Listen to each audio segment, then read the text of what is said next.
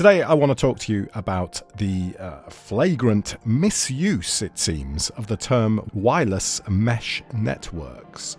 So consumer mesh networks are kind of all the rage now. They're sold to completely blanket your house with wireless coverage, and that's a good thing, right? I mean, surely more and more devices are being used on wireless networks, and dead spots is a problem, particularly if you're working from home all the time. It's good to have good coverage. But they're sold as wireless networks, and they're sold as mesh networks, and they're really not at all. So let's take a look at this Wikipedia article here, and this kind of sort of nicely phrases what a mesh network is as far as I'm concerned. So a mesh network is reliable and offers redundancy. When one node can no longer operate, the rest of the nodes can still communicate with each other directly or through one or more intermediate nodes. Wireless mesh networks can self-form and self-heal. Now, that is not what you get with a consumer wireless mesh network. And this article sort of suggests that at the top here. It sort of says, well, you know what? It's actually really is this, but it can also be a form of wireless ad hoc network. And this article does discuss a little bit about the fact that the wireless ad hoc network is more of for a stable environment and kind of low mobility. And so it does give a nod to the fact that this other use of the term exists today. But I just find it annoying because if I look at how my Sonos speakers work, they actually communicate with each other using, I think, spanning tree protocol. So that is a mesh protocol that allows one speaker, if one speaker sort of goes off the network, the other one will find a route back to the actual kind of internet, which may be through another node that it isn't already registered with. You know what I mean? So if you've got a speaker in a far part of the house, and it usually goes through a speaker that's kind of, or it usually goes directly back to the internet. If something goes down, it can find a route through another device. That, to me, is a proper mesh network. But let's take a look at what the mesh network I've got in my home here. So I use a FritzBox. Probably not many people out there will have heard of this. I think, to be honest, most mesh networks out there are going to be from either, done through like BT or probably through Amazon or Google or something like that. I would have thought most people are going to have got their mesh network stuff through there. But I use FritzBox and Fritz repeaters. They're really good. They do a great job. I would highly recommend them. The interface is lovely. I'm not selling them to you, but I've used them for ages and I really like them. But it's not a proper mesh network. So let's take a look at it.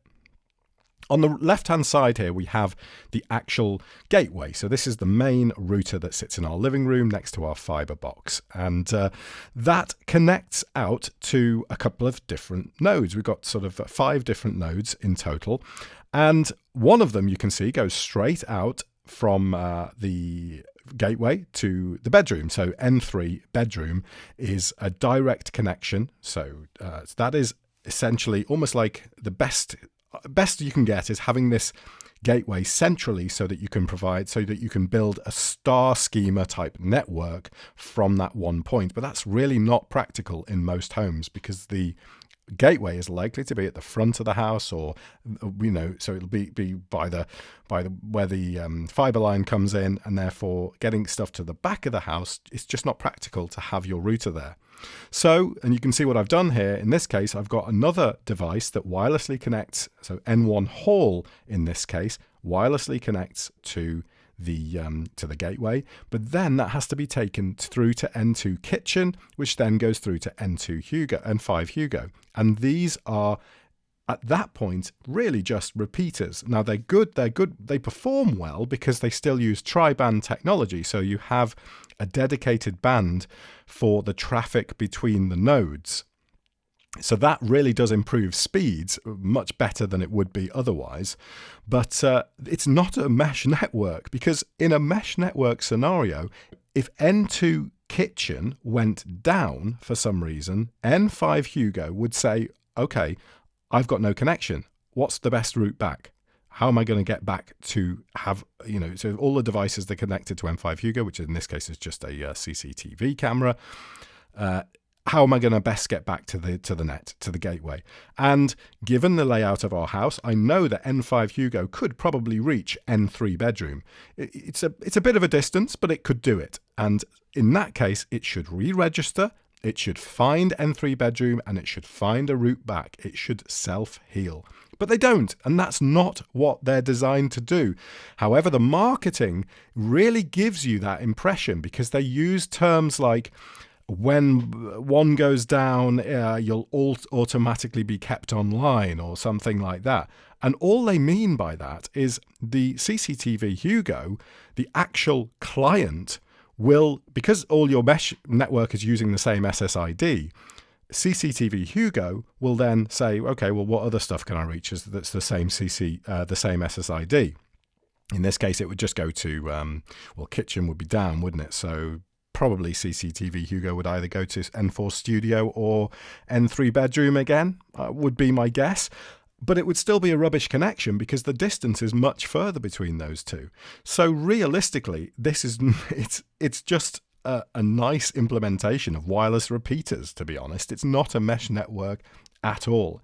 And that's my moan for today, the fact that consumer mesh networks sold to the public today to blanket your house in wireless coverage are not true mesh networks. They don't self-heal, even though the marketing and the promotional materials use terms like that to make you think that they do. Most of the time, at least, in my knowledge of using them, most of the time, if you set them up and you need to extend them out further beyond that one step from the gateway, it will be using a repeater type technology. It'll just be one node connected to another, fixed, and therefore, if one goes down in between, you're screwed. It's not going to work. So there we go. Anyway, let me know your experience. If you have any experience of using a mesh network which does truly self-heal, then please let me know which one it is. And I will, to be honest, I would happily pick it up in a heartbeat if I knew that one existed that did that. But everyone I've come across doesn't do that and acts in pretty much the same way as this. That said, the FritzBox has been really reliable. I really like it. Love the information it gives. Really nice interface here that it has. Works great. So I'll put links in the description for the FritzBox and for the Fritz repeaters, so these devices here that you see. But I appreciate that if you're watching this video, you might have already made your choice and you probably be getting something that goes along with your ISP. But consider this well worth a look. And thanks very much for watching, and I'll speak to you soon.